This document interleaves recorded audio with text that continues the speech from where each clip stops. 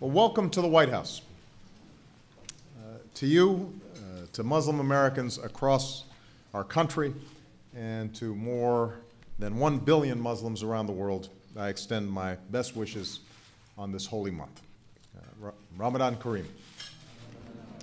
I want to welcome members of the Diplomatic Corps, members of my administration, and members of Congress, including Rush Holt, John Conyers, and Andre Carson, who is one of the 2 Muslim American members of Congress, along with Keith Ellison. So welcome, all of you.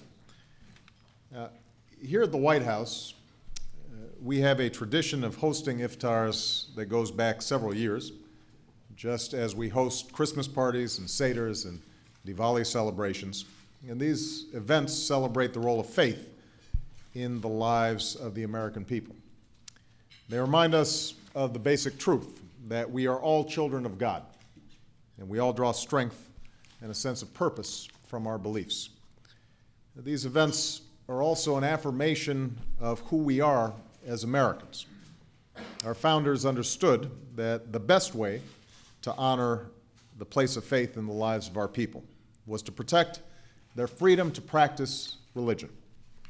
In the Virginia Act of Establishing Religious Freedom, Thomas Jefferson wrote that all men shall be free to profess and by argument to maintain their opinions in matters of religion. The First Amendment of our Constitution established the freedom of religion as the law of the land, and that right has been upheld ever since. Indeed, over the course of our history, religion has flourished within our borders precisely because Americans have had the right to worship as they choose, including the right to believe in no religion at all. And it is a testament to the wisdom of our founders that America remains deeply religious, a nation where the ability of peoples of different faiths to coexist peacefully and with mutual respect for one another stands in stark contrast to the religious conflict that persists elsewhere around the globe. Now, that's not to say that religion is without controversy. Recently, attention's been focused on the construction of mosques in certain communities, particularly New York. Now, we must all recognize and respect the sensitivities surrounding the development of Lower Manhattan. The 9/11 attacks were a deeply traumatic event for our country. And the pain and the experience of suffering by those who lost loved ones is just unimaginable. So I understand the emotions that this issue engenders, and Ground Zero is indeed hallowed ground. But let me be clear. As a citizen and as president, I believe that Muslims have the right to practice their religion as everyone else in this country. And that includes the right to build a place of worship in a community center on private property in Lower Manhattan in accordance with local laws and ordinances. This is America, and our commitment to religious freedom must be unshakable. The principle that people of all faiths are welcome in this country and that they will not be treated differently by their government is essential to who we are. The writ of the founders must endure. We must never forget those who we lost so tragically on 9/11, and we must always honor those who led the response to that attack, from the firefighters who charged up smoke-filled staircases to our troops who are serving in Afghanistan today. But let us also remember who we're fighting against and what we're fighting for. Our enemies respect no religious freedom. Al-Qaeda's cause is not Islam. It's a gross distortion of Islam. These are not religious leaders. They're terrorists who murder innocent men and women and children. In fact, Al-Qaeda has killed more Muslims than people of any other religion. And that list of victims includes innocent Muslims who were killed on 9/11. So that's who we're fighting against.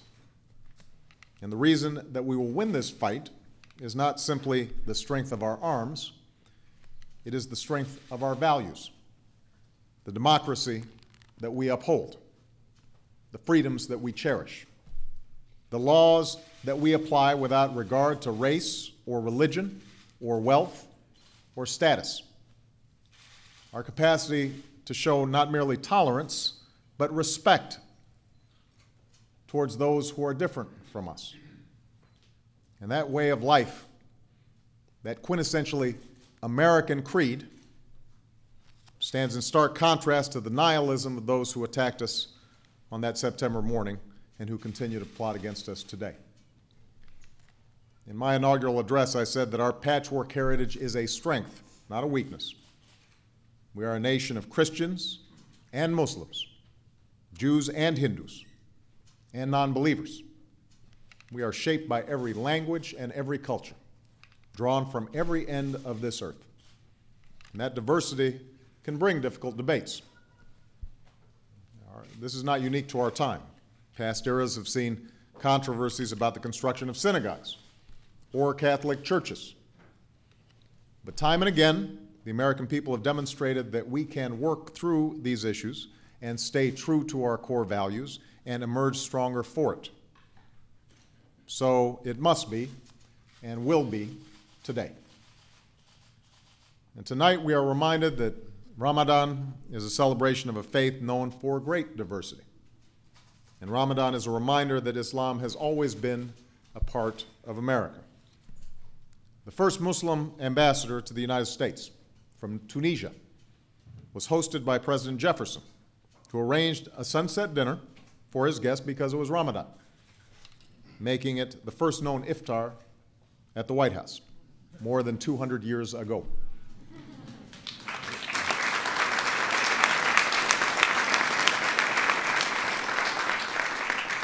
Like so many other immigrants, generations of Muslims came to forge their future here. They became farmers and merchants, worked in mills and factories. They helped lay the railroads. They helped to build America. They founded the first Islamic center in New York City in the 1890s. They built America's first mosque on the prairie of North Dakota. And perhaps the oldest surviving mosque in America, still in use today, is in Cedar Rapids, Iowa. Today, our nation is strengthened by millions of Muslim Americans. They excel in every walk of life. Muslim American communities, including mosques in all 50 states, also serve their neighbors. Muslim Americans protect our communities as police officers and firefighters and first responders. Muslim American clerics have spoken out against terror and extremism, reaffirming that Islam teaches that one must save human life, not take it. And Muslim Americans serve with honor in our military. At next week's Iftar at the Pentagon, tribute will be paid to 3 soldiers who gave their lives in Iraq and now rest among the heroes of Arlington National Cemetery. These Muslim Americans died for the security that we depend on and the freedoms that we cherish. They're part of an unbroken line of Americans that stretches back to our founding. Americans of all faiths who have served and sacrificed to extend the promise of America to new generations and to ensure that what is exceptional about America is protected. Our commitment to stay true to our core values and our ability, slowly but surely, to perfect our union. For in the end, we remain one nation, under God, indivisible. And we can only achieve liberty and justice for all if we live by that one rule at the heart of every great religion, including Islam, that we do unto others as we would have them do unto us. So thank you all for being here. I wish you a blessed Ramadan. And with that, let us eat.